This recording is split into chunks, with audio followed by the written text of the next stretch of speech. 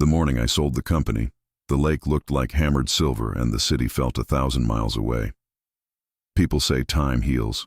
I learned time just hardens the scar until you finally decide to cut it open yourself. I turned 60 in a glass box above Chicago, River North, 38 floors up, where the sunrise breaks over Lake Michigan like a promise no one can keep.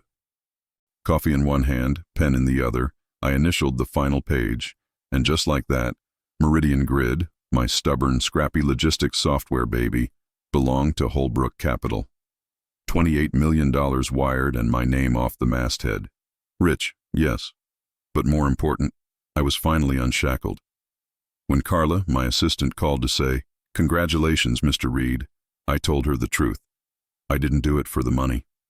Not anymore. Not after 13 years of watching my grandchildren only through pixels and second-hand rumors.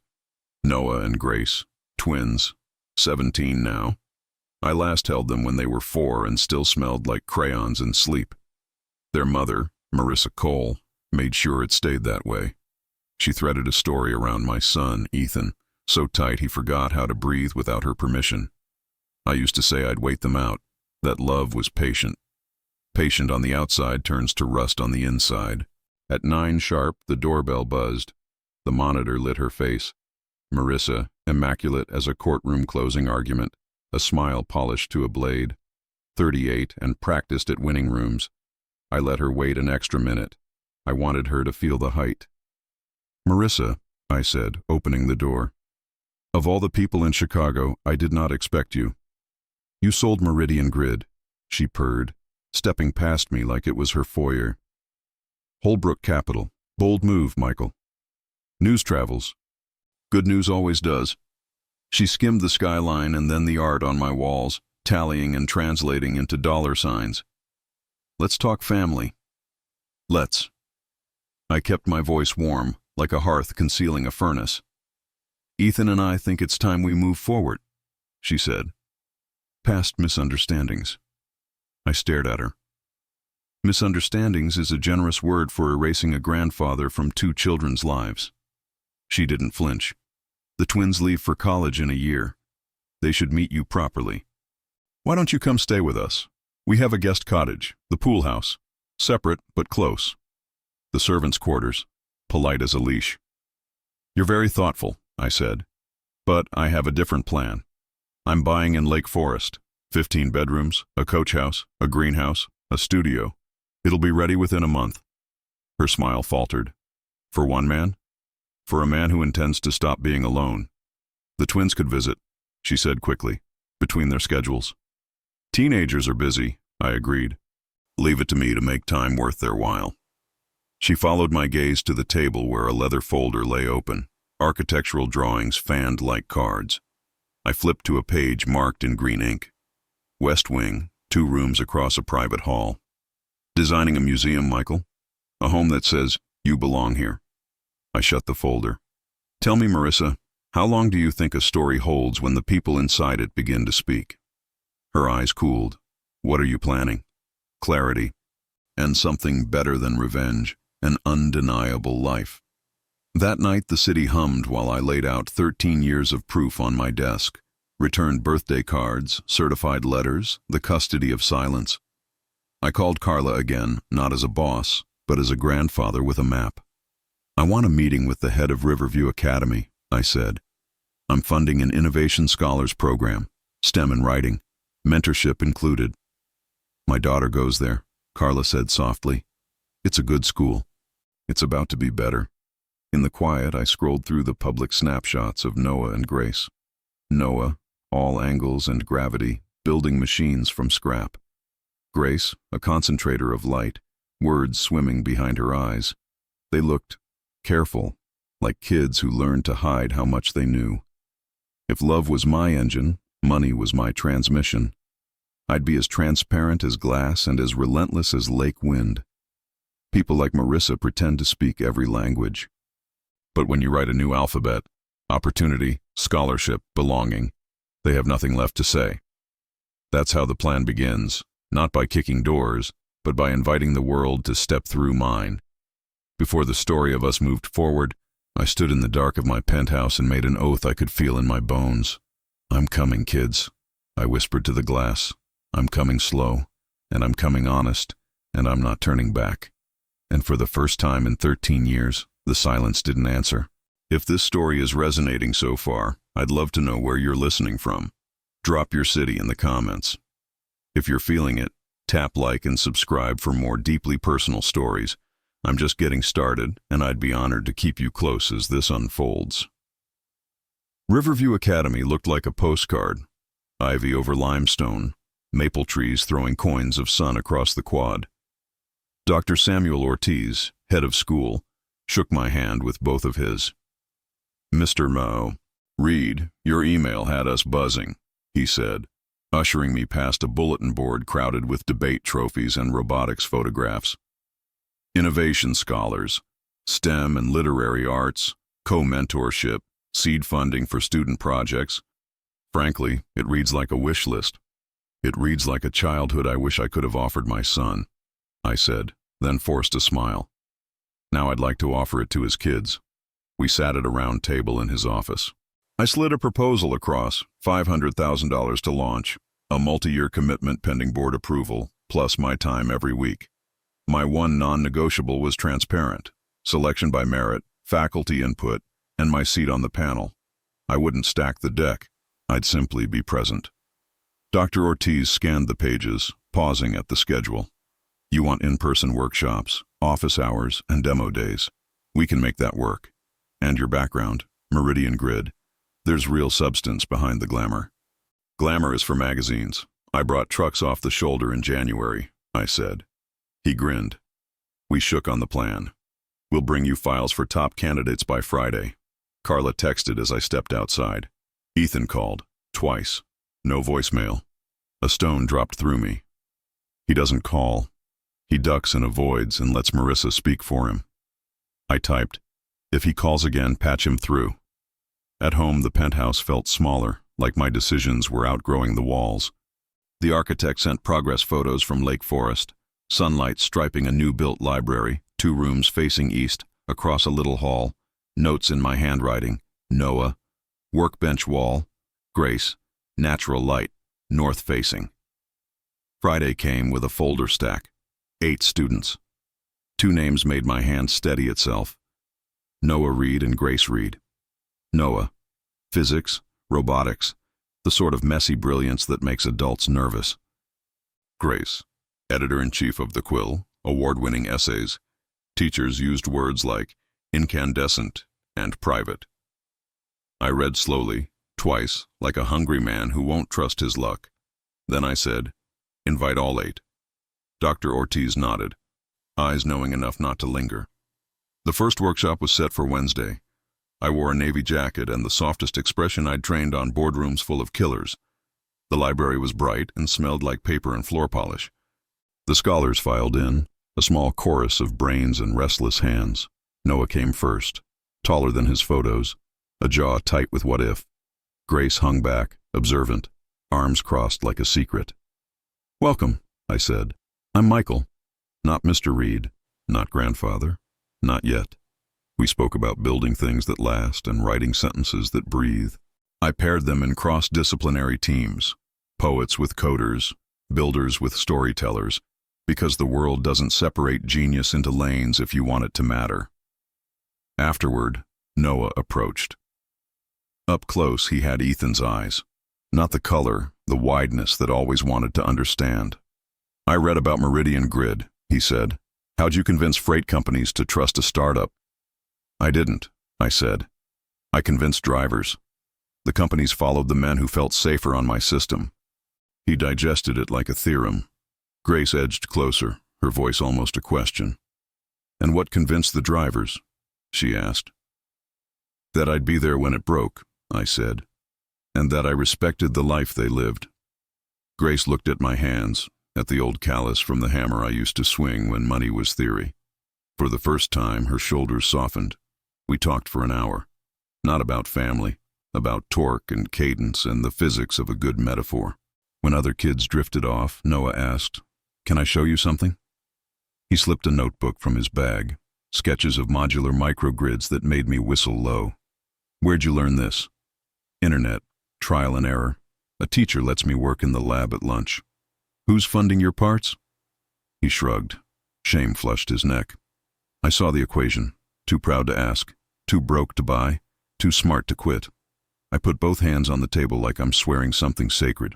You get me a parts list, I said. We'll get you building. Through the program. No strings. Grace's eyes flicked to mine. She didn't trust gifts. Good. Gifts should be questioned. When we broke, Dr. Ortiz walked me to the door. You have a way with them, he said. I've been rehearsing for 13 years.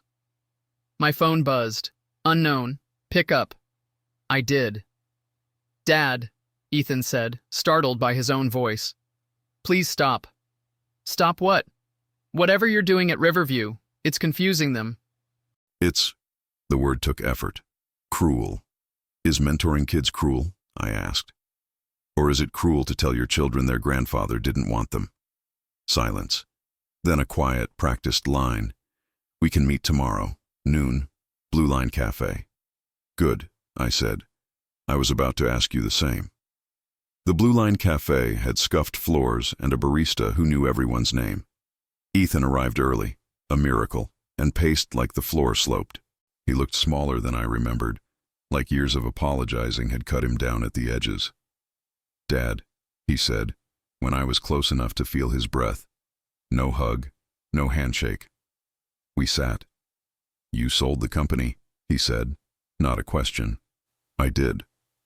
And now you're, what, buying your way into my kids' lives? I'm offering a door, I said. The school decides who walks through. They chose Noah and Grace. He flinched at their names out loud. You don't get to call them that. They're my grandchildren, I said softly. I've called them that every day. He stared at his hands. He had my knuckles and Marissa's careful nails. Marissa thinks... What do you think? I cut in. Years of letting him drift had taught me I couldn't afford another passive sentence. He blinked, surprised by being asked. I think it hurts her, and I think it will hurt them. Bringing up old. We're not bringing up old anything. We're acknowledging what's present. They are curious. I am here. And you, son, are tired of pretending that isn't true. Don't tell me what I am. But the fight was paper. Then tell me. Tell me you believe I abandoned you. Say it. Try it on. He couldn't. His jaw worked. He sipped coffee that had gone cold minutes ago. We should go slow, he said. I agree, I said. But slow doesn't mean secret. Our food arrived. Neither of us picked up a fork. You always did this, he muttered. Back when Mom was sick. You made decisions and told yourself they were for the family. I was drowning and building the boat at the same time. I said, I made mistakes. This isn't one. He pinched his eyelids like he could rub away 13 years. Marissa will never allow it. I noticed, I said. I'm not asking her permission. He stood abruptly, chair legs squealing. Back off, Dad. What if I had? I asked. What if I had backed off the night she slid your phone from your pocket and blocked my number while you slept? Or the day my birthday card started coming back marked refused? Ethan froze, color draining. The facts had weight. You knew, he whispered. I hired a lawyer and a private investigator when you stopped answering, I said evenly. I chose not to scorch the earth. I chose patience. That patience is over. He sank back down, throat working. What should I do? Do one thing this week because it's right for your kids, not because it's painless for your marriage, I said. Start there. He left shaking, and I wanted to chase him, to put my hands on his shoulders and say what no one had said to him in a decade. You are allowed to choose your children. That afternoon, the Lake Forest estate smelled like sawdust and fresh paint. Jorge, my groundskeeper, waved me into the greenhouse skeleton. Those orchids you like, senor, he said, smile warm. They'll be happy here. Rosa walked the new kitchen, measuring invisible inches with her eyes. We host? She asked. We will, I said, noticing how easily I'd said we. Marissa beat me there by 20 minutes, apparently. She was waiting at the gate in a pearl gray coat, the kind you wear to war when you need the judge to like you. I clicked the intercom. "Afternoon," I said. "You're building a palace," she answered. "Why?" "Because palaces have rooms for more than one story." I let her in. Her heels made small, expensive sounds on the gravel. Inside, she took in the 2 east rooms in the west wing, one with a long counter under north light. A painted sign leaned gently in the corner. "Words belong to you." The other, with a clean white wall and a wide workbench, pegboard waiting for tools, a note taped above a window. "Measure twice. Build once." "You're presumptuous," she said. "I'm ready," I corrected. "There's a difference." She rounded on me. The facade cracked for a second and the girl underneath flashed, afraid, young, fierce in the worst ways. "They're my children," she hissed. "They're our family. You're buying them. I'm offering what you took, choice." Her chin lifted. "If you keep this up, I will go to court. I will make this ugly." I looked around at rooms built with the patience of a carpenter and the ache of a grandfather. "The truth is already uglier than any lawsuit," I said. "But you do what you think you need to do. I'll be ready." She left with her spine like a rod, and for once, I didn't feel like the villain she'd written for me. I felt like a man finally stepping into his own house. The board approved the program unanimously, and the check cleared with a click. The press call came next. A reporter from the Evanston Beacon wanting a quote about the Reed Innovation Scholars. I kept it simple. "This is an investment in students who move the world forward," I said. "I'm lucky enough to watch." They ran the story with a photo of the library and a line that made me swallow hard. "Local founder returns to his roots to build futures." No mention of family. Good. The world didn't need our blood to make sense of what love can fund. We held our second seminar on building from constraints. I brought broken things, a smashed hard drive, a torn-out page, and asked, "What's still usable?" Noah answered with a schematic that made the room lean in. Grace read a paragraph scratched on the back of a grocery list and made the room go silent. After, I stayed late in the library, arranging spare microcontrollers like candy on a plate. I heard footsteps and didn't look up. "Mr. Michael?" Grace said, voice careful. "Can I ask you something not about writing?" "You can ask me anything about anything," I said.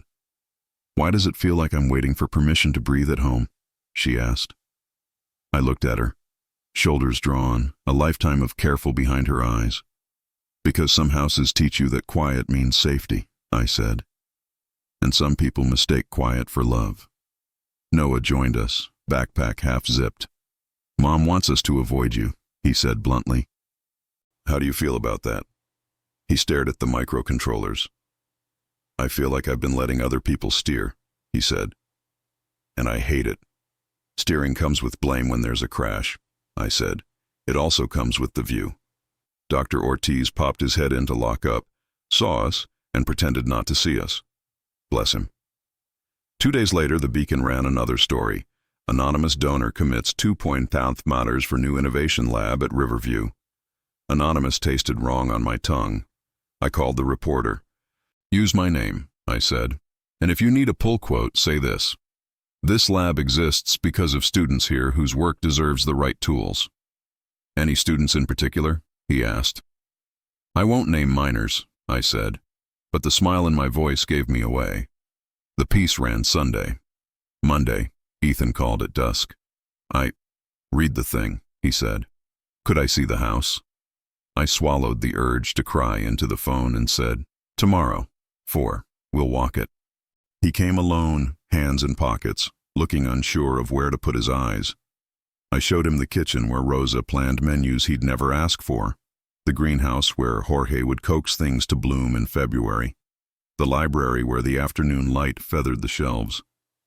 When we reached the east rooms, he stopped dead. He put his palm on the wall like he was catching his balance. "You did this for them," he said, not a question. "I built a place where they couldn't be told there isn't a place for them," I said. He laughed, a single broken sound. "I'm a coward," he said. "You're a man who made himself small to survive," I said. Now you're allowed to get big again." He covered his face with his hands, shoulders shaking. I put my palm between his shoulder blades and felt 35 years like a pulse. When his breath evened, he looked at the windows. "I want them to see this," he said. "They will," I said. "When you let them." He nodded once, a tiny, fierce vow. "I'm going to try." "Trying is a kind of courage that doesn't get headlines," I said, "but it changes lives." He left with a key to the side gate and a promise not to give it away. The home tightened around them. I could feel it from across the lake. Carla's daughter texted Carla, who texted me, and then apologized for texting me. Grace isn't staying for lunch anymore. Noah got his lab time cut. The pressure was making its predictable shape. Then Dr. Ortiz called. "Marissa's on my couch," he said dryly. "She's filing complaints I can't honor and making threats she shouldn't." "What's she asking?"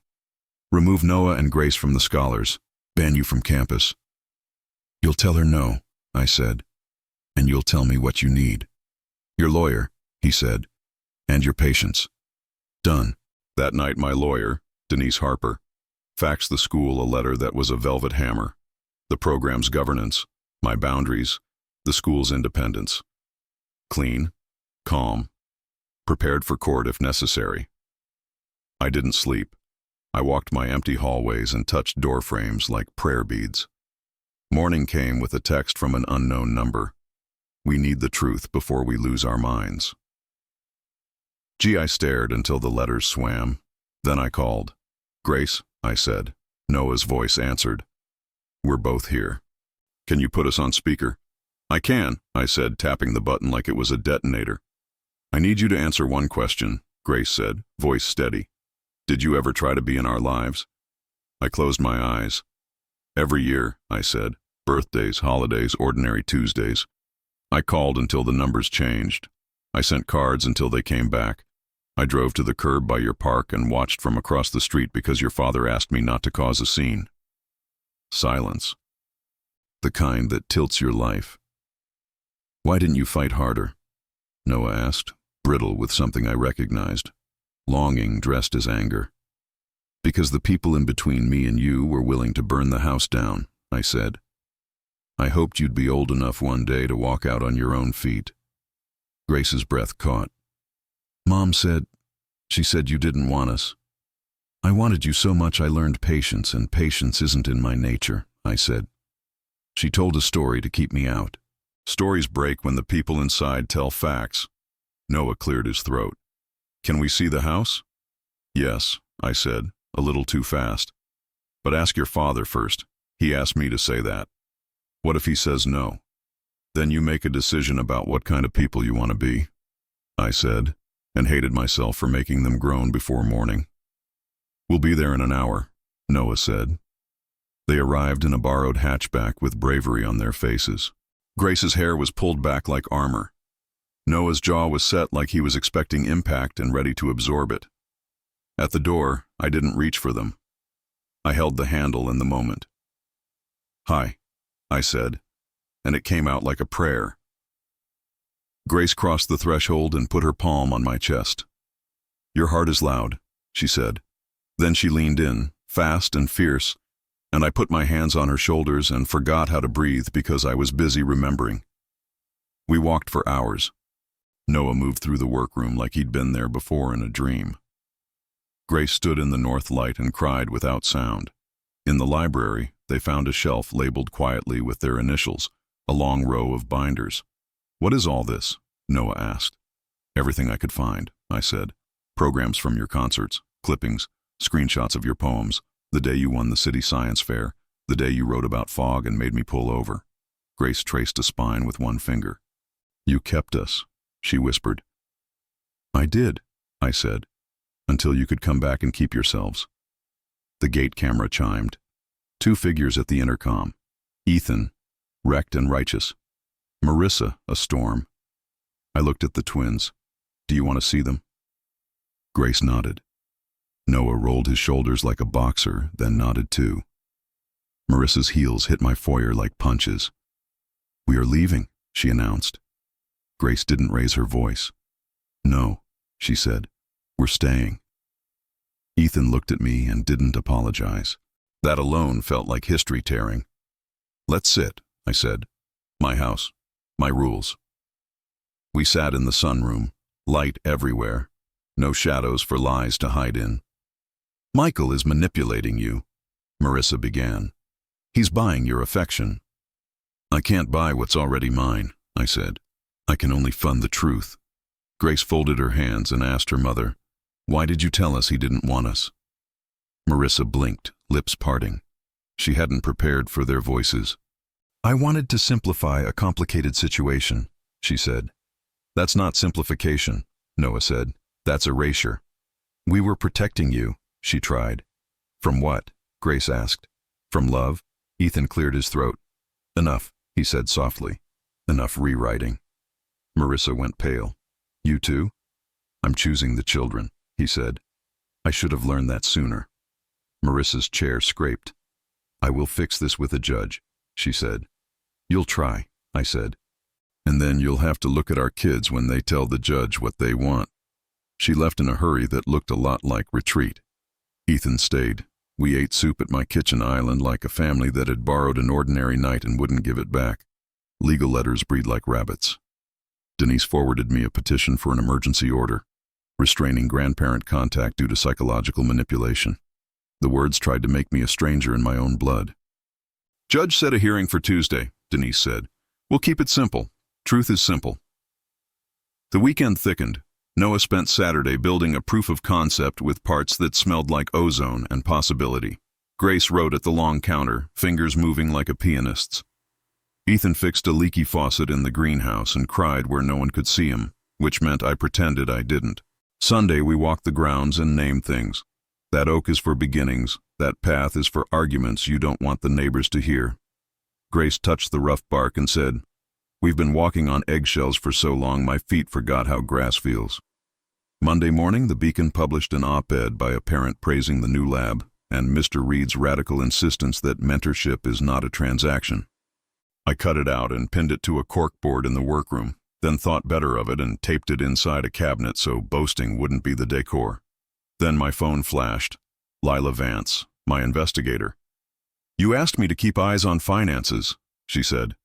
The college funds you set up 5 years ago? Drained. Multiple withdrawals over 18 months.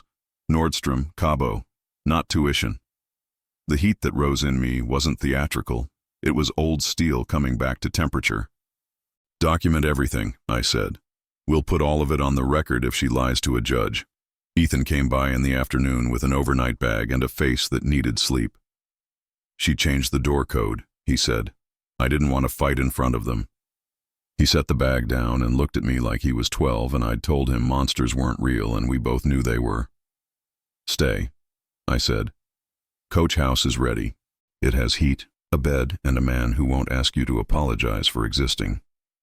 He nodded. We walked across the yard.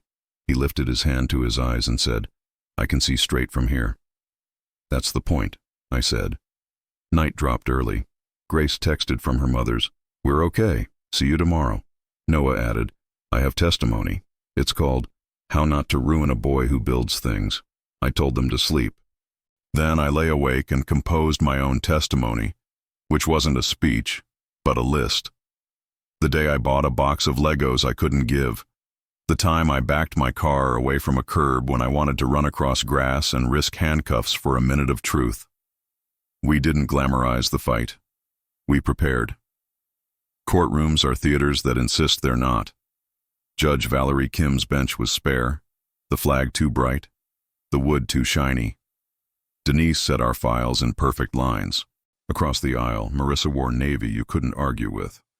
Her lawyer, a man who liked his tie more than he liked people, stacked accusations like sugar cubes. Case number 23 FC 117, the clerk called.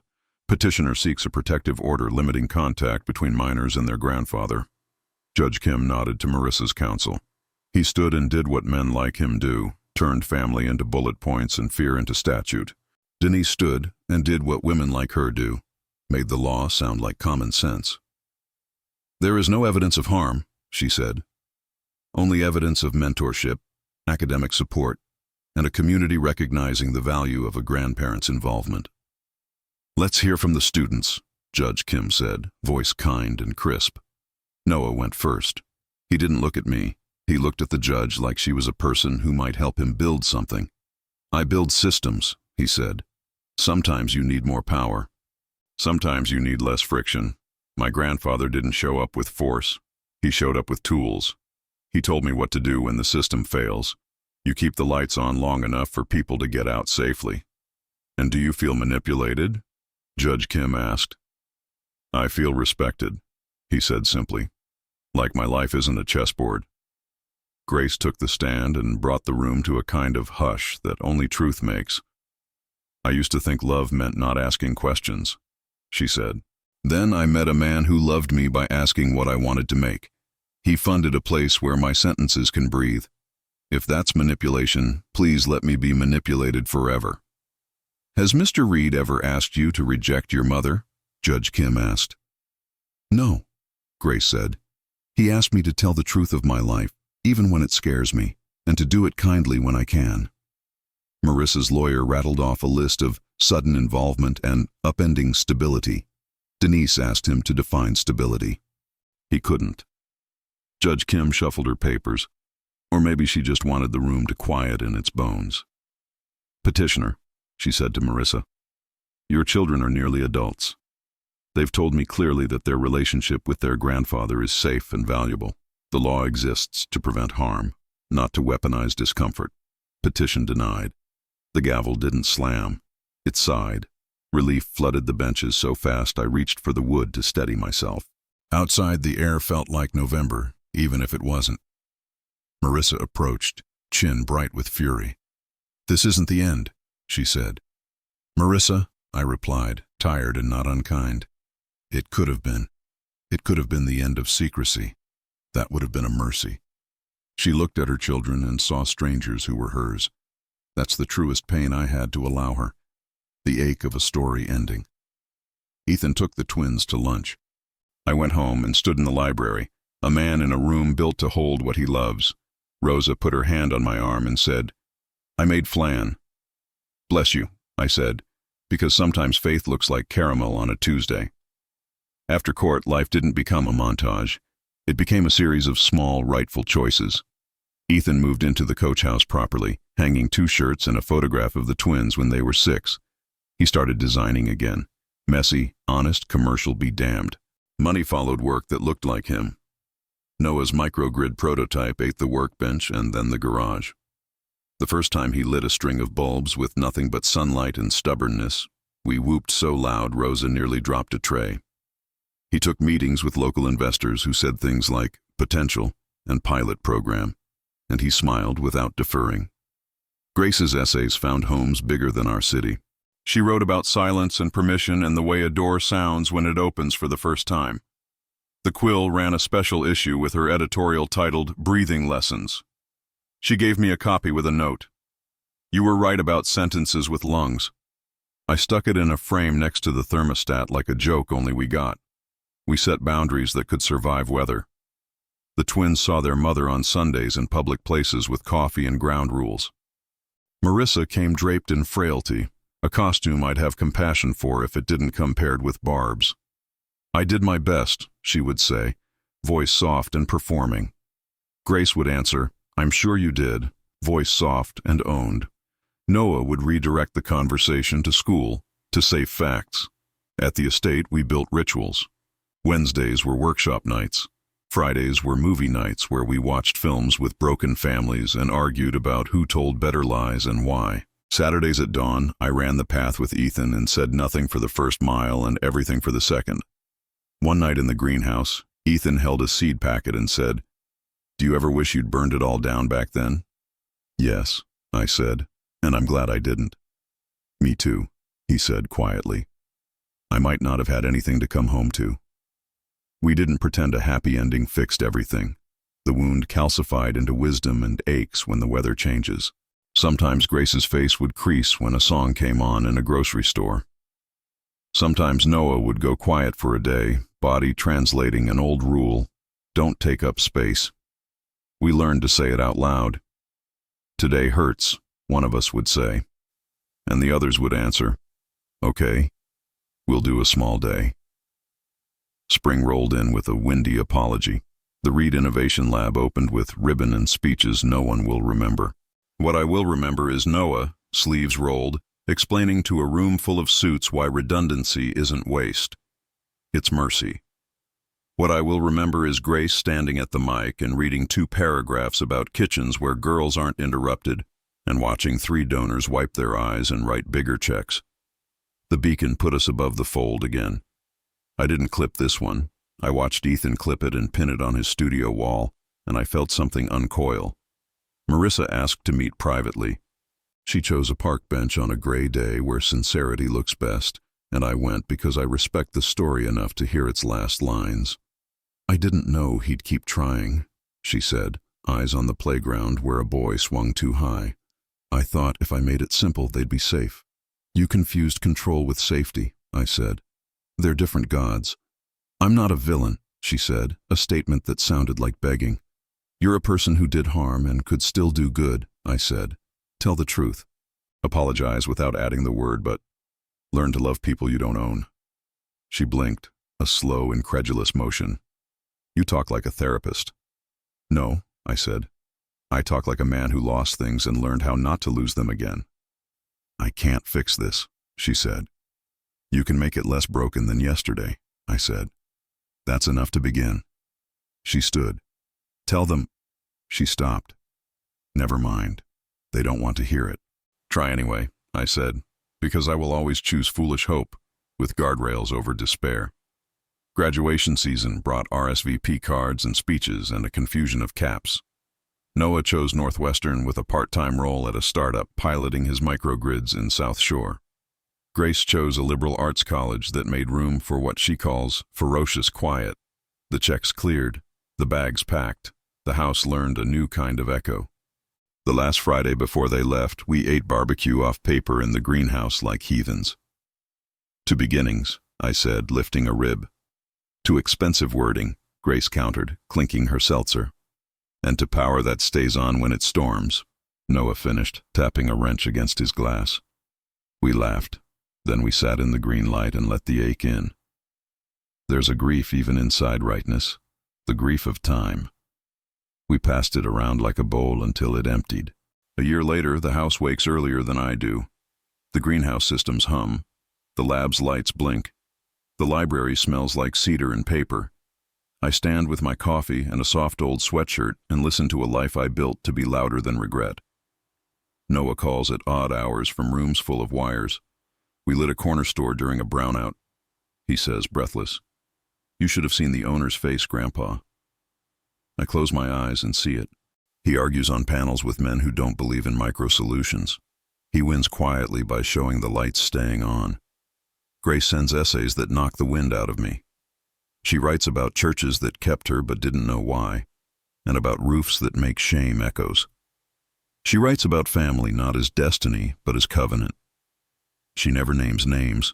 She paints rooms and lets readers decide who lived there. She teaches a workshop on voice at the lab on her first winter break and tells the kids, "You never owe your silence." Ethan's studio smells like real work.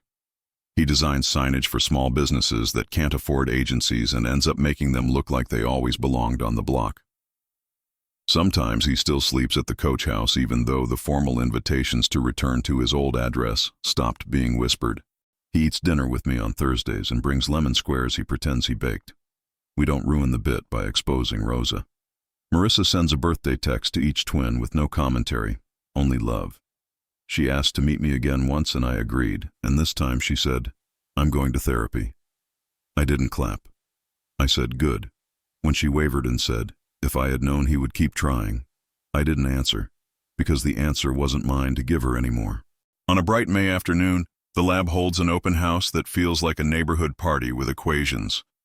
I watch an 8th grader show his mother the solar oven he built from newspaper and foil, and I think, this is how you put the world back together. Tiny squares of heat, hands making, eyes seeing what was always possible. Near the door, a photograph hangs of the 3 of us on the day the lab opened. Noah in a shirt he ironed imperfectly. Grace with a pen behind her ear, Me in a suit that fits right for once. The caption someone chose is a line from Grace's editorial: "Build rooms where people can breathe, and they will fill them with a future." After everyone leaves, I lock the doors slowly. I take the long walk back to the main house. I pass the oak that's for beginnings and touch it, as if wood can take confession. On the back patio, the lake looks like someone tiled the world in light. I sit. I let memory come and leave. The 13 years that hardened into a blade I could hold without cutting myself. The boy I raised until grief made him smaller. The woman who mistook control for love. The twins who grew strong in the narrow hallway and ran when the door opened. What I learned, here at the end of the first part of our beginning, is simple enough to fit on an index card and big enough to hold a life. Love isn't soft or weak. It's stubborn. It's structural. It's the beam that refuses to rot. And justice isn't loud. It's a house where truth doesn't echo as accusation, but settles like furniture. The best revenge was never my goal, but I admit I tasted it once it came, building something so generous that lies ran out of oxygen. Standing in rooms where the air was ours, watching kids make light out of almost nothing and knowing I showed them where the switches go. Before bed, I checked the workroom like a father. Tools hung right. Safety goggles lined up. I switch off the last light and see us reflected in the glass. The man I am, the boy I raised, the kids who taught me patience was not the same as passivity. I laugh at the old man in the window. He looks less haunted than he has a right to. On my nightstand is a card, 2 lines in Grace's handwriting. The wound didn't vanish. It turned into a map. Thank you for teaching us how to read it. I sleep like a man who paid what the truth cost and still has enough left to buy breakfast.